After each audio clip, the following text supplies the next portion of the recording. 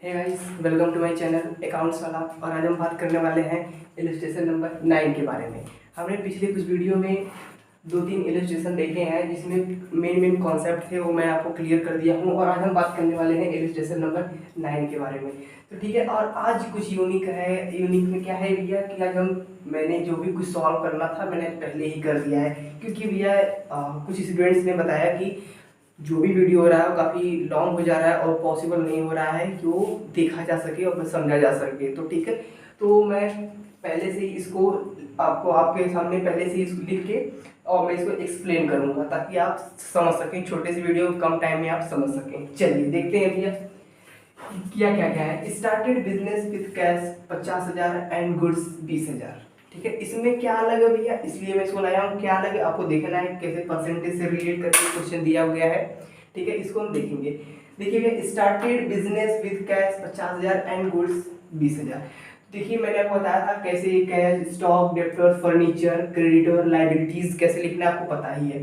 तो ठीक है, देखते हैं पहले क्या होता है। आप सीरियल नंबर डालिएगा, ट्रांजैक्शन आपको यहाँ पे करना है, जो मैंने डॉट लिखा है यहाँ पे आपको ट्रांजैक्शन करना है, जो कि ट्रांजैक्शन यहाँ पे ये हुआ है वो ट्रांजैक्शन आपको यहाँ पे करना होता है।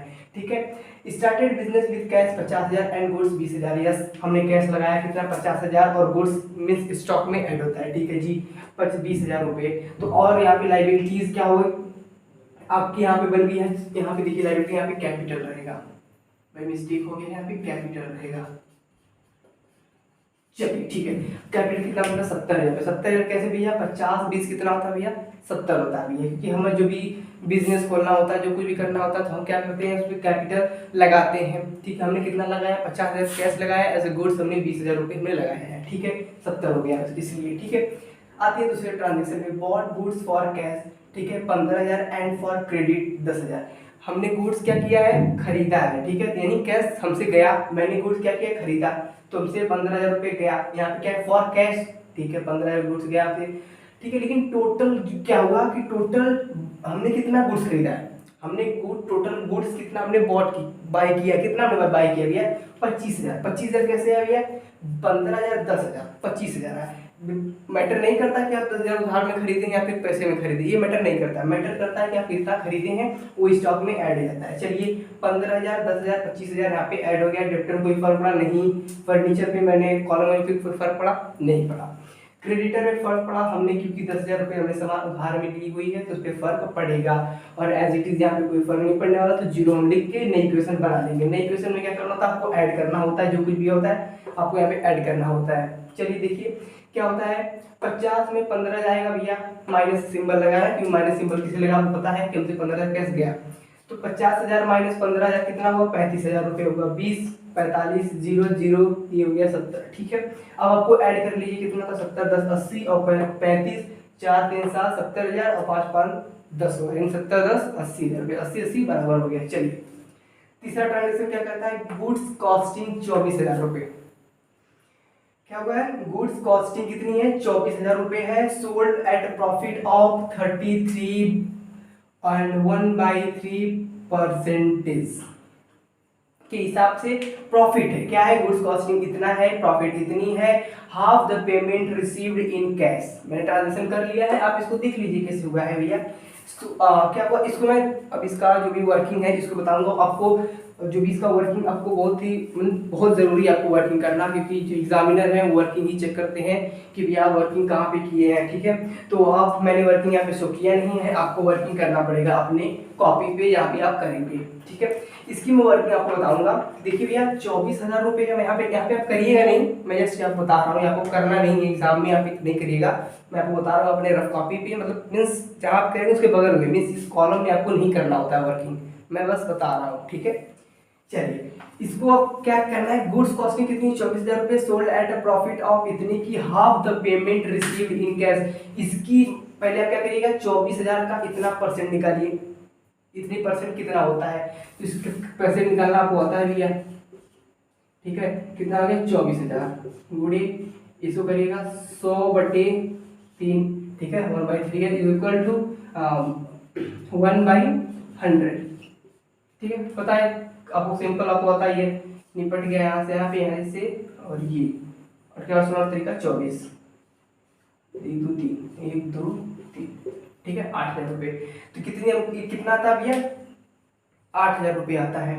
ठीक है, मीन्स प्रॉफिट निकल गई, कितना प्रॉफिट है 8,000 रुपये है। तो मीन्स 8,000 रुपये है भैया। अब क्या बोलता है, ठीक है प्रॉफिट निकल गई, half the payment received in cash, जो इसकी पेमेंट है वो क्या होती है रिसीव्ड इन कैश में होती है। ठीक है, तो आप क्या करिएगा, इसको क्या होता है 8 8 16 होता है, यानी 1600 भैया। 1600 क्या होगी, देखिए अब क्या करेगा 3200 टोटल होता है। ठीक है, 3200 में उसका आधा करिएगा तो आया कितना 1600। 1600 क्या होगी हाफ पेमेंट होगी, जो कि हम कैश में रिसीव करते हैं। ठीक है, चलिए समझ में आ गया। और गोश्त कॉस्टिंग कितनी थी 24,000 रुपये थी, ये भी लिख दी हम। और कितना बचता है, कितना हमने भैया आधा होता है 32 होता है ना, 16 इधर हो गया, 16 हमको मिल गया, 16 बाकी 16 हमने यहाँ पे डेबिटर्स में लिख दिया प्लस 0 ये भी, और 8,000 आपकी प्रॉफिट जो कि कैपिटल में इंक्लूड होती है। ठीक है, हो गया। चलिए हाफ द पेमेंट रिसीव, ठीक है हो गया ट्रांजेक्शन, आप इसको ऐड कर दीजिए। 35 और 10 कितना हो गया 51 हो गया।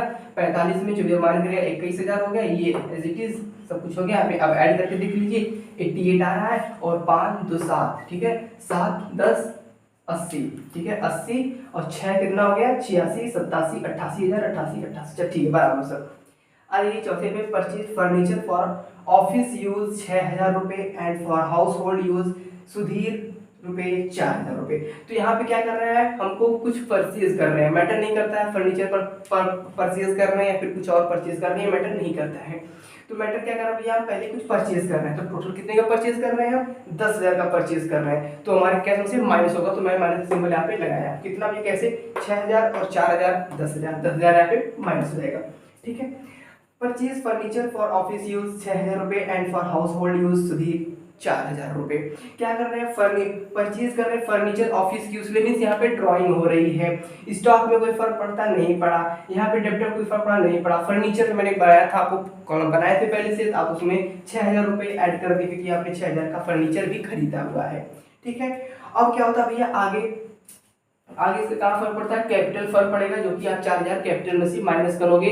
आप क्या कर रहे हो ड्राइंग कर रहे हो तो कैपिटल में से माइनस करोगे। जब भी ध्यान दीजिएगा कि आप ड्राइंग करिएगा तो कैपिटल में से आप भी माइनस करिएगा जितना आप ड्राइंग करेंगे। ठीक है, ये है कॉन्सेप्ट। अब इसको फाइनल इक्वेशन आपको बनानी है, फाइनल इक्वेशन आप ऐड करेंगे कैसे भैया।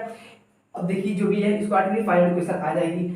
51 में 10 जाएगा कितना भैया 41 आ जाएगा, 21 आ जाएगा, 16 आ जाएगा, ये 6 आ जाएगा। ठीक है, इसको आप ऐड कर दीजिए 4 तो 6 1 7 70,000। ठीक है, और 1 72 1 73। ठीक है, इसको सिंपली ऐड कर दीजिए, कितना 84 आ रहा है ना, छोड़िए 84 है, इसकी 84 को आना चाहिए, आप फटाफट कर लेंगे। 4 हो गया तो 6 यानी 60,000 रुपये हो गया, और 1 1 62,000 रुपये हो गया। अब 62 में कितना जोड़ेंगे 6 जोड़ेंगे, कितना आ जाएगा 62 में 6 68 हो गया, 68 में 6 जोड़ेंगे कितना हो गया 68 में 6 74 हो गया, 74 10 84 हो गया, 84 84 बराबर हो गया, यानी फाइनल इक्वेशन हमारी बराबर आ रही है। तो ये था कॉन्सेप्ट जो भी इलस्ट्रेशन नंबर 9 में था, मेन कॉन्सेप्ट था इसका तीसरा।